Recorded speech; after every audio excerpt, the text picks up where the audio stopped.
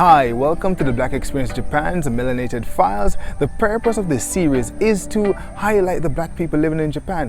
Who are they? Hi, I'm Lisa from London. What drew me to Japan? I came to Japan for love.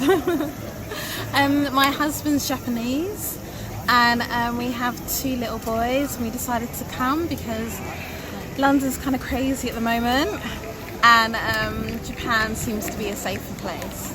Okay, so how long have you lived in Japan? So far we've been in Japan off and on for a year. We keep going back and forth between England, but it's been a year, within the year, if that makes sense.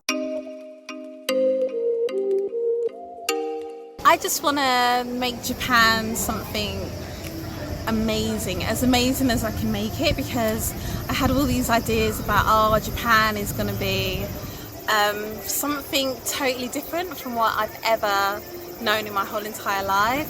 So at the moment there's a show that I used to watch called Cool Japan, and I used to watch that when I was in England, and I ended up being on Cool Japan.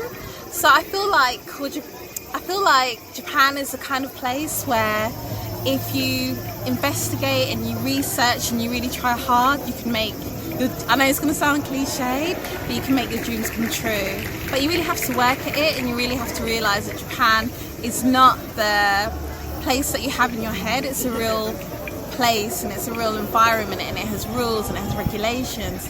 So you can't come here thinking that it's just going to be a wonderland. There's the wonderland side, and then there's the real side as well. My experience as a black person in Japan so far has been really positive. However, I must caveat that by saying I used to stay in Shanghai, China.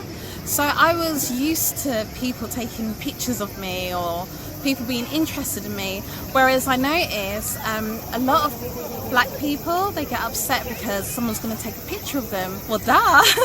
You know what I mean? You're coming to a country that's 99.9% Japanese. Of course someone's going to take a picture of you. Of course someone's going to touch your hair. Of course someone's going to want to talk to you or look at you or stare at you. What you have to establish is whether there's malice or not. And if there's no malice, then that's fine. If someone wants to touch my hair, touch it. Pay for it. You know, I don't get upset because I have to think, if I was someone who had never seen a black person before, I would also do those things. So I think what a lot of people have to do when they come to Japan is realise, as long as there's no malice attached, don't be upset if someone stares at you. Don't be upset if someone takes a picture or touches your hair. You just have to realise that you are different and you are interesting. So I think once you can come from this perspective of being chilled out and not and you don't get upset, your stay here will be a lot easier. But if you're the type of person who doesn't like that, then sorry darling, coming to Japan might not be for you. My favourite life advice will be, you never know what's going to happen.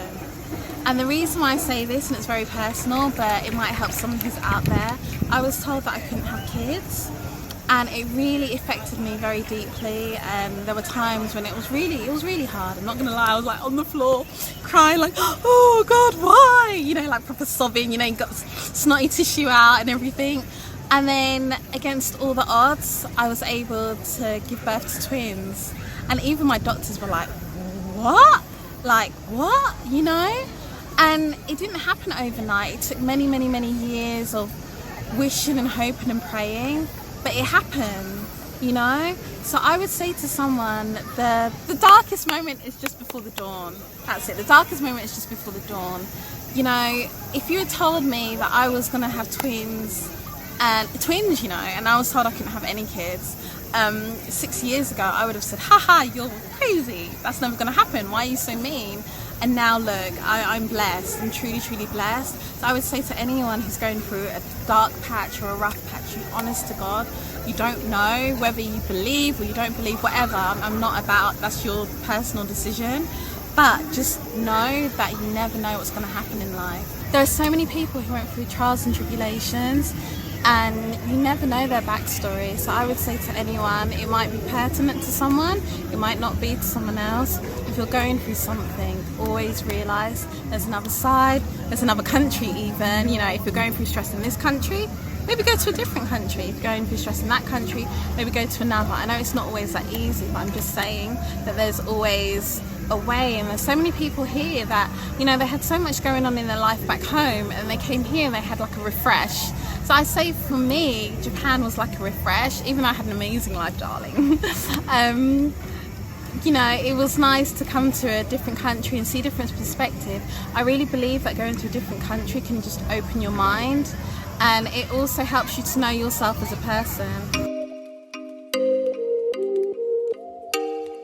What I love the most about Japan is something that a lot of people might not like the most about Japan, if that makes sense, and I love the rigidity of it. I love the fact that, you know, the streets are so clean, you know, everything's so formal because you've just got some parameters of safety. Like, you feel safe, you know that nothing crazy is going to happen. However, on the flip side, sometimes it's a bit frustrating because I come from London, so sometimes you just want to be like, yeah, here's £5, yeah, we're good, right, we're good. You know, like, you just want to be able to be a bit more flexible, but here, you know, the T's are dotted, the I's are dotted, everything's in its place. And sometimes that's good because you feel secure, but at another time it can make you feel uncomfortable because you know there's no flexibility or leeway. Hi darlings, if you want to come to Japan, my advice is this: know what country you're coming to. I know, that sounds really patronising, right? I don't mean it like that.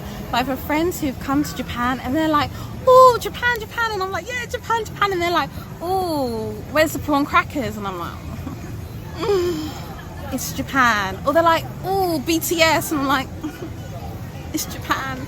And I think that a lot of people, you know, it's not a slight on them, but they kind of know Asia and they kind of mix Japan and China and Korea together in this big ball, and they expect it to be kind of like a K-drama, Japanese drama, all mixed together. And Japan is its own microcosm. It's got its own rules, it's got its own regulations, it's very formal.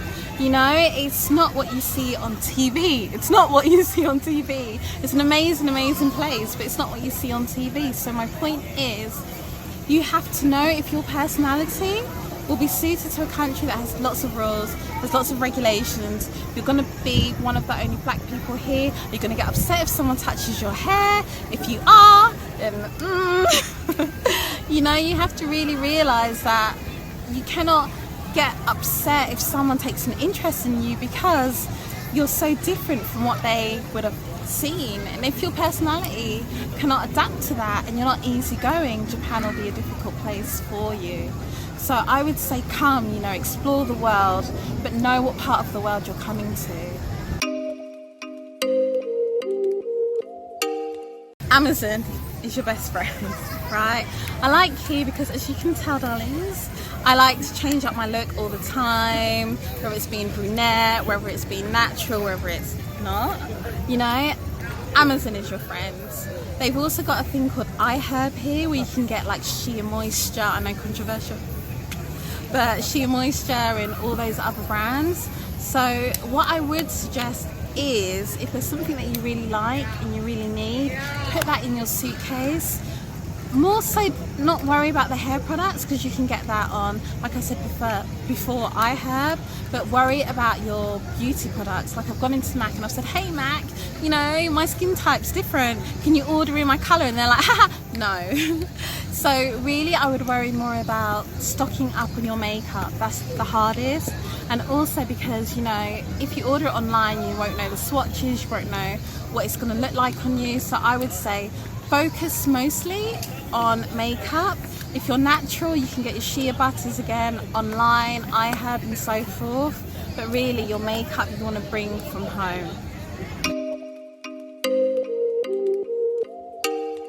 My most memorable moment was just the other day, and I was pushing the boys in a pushchair, or baby car as they call it here, and it was raining, and this old lady came up to me and she covered me with her umbrella and walked with me to the station and then just walked off. And those are the kind of moments that I've had here that have made me think, yeah, Japan, I'm feeling you. You know, it's these moments. You can find me on my Instagram, too posh to push, too posh and too push. Thank you so much for watching. If you'd like to see weekly videos about the Black experience in Japan, feel free to subscribe to this channel. If you know someone that would like to be featured, or if you yourself would like to be featured, send us a message on our Facebook page at The Black Experience Japan, or send us a tweet on Twitter at TheBlackXJP. Thank you so much for watching. We'll see you next time. Bye for now.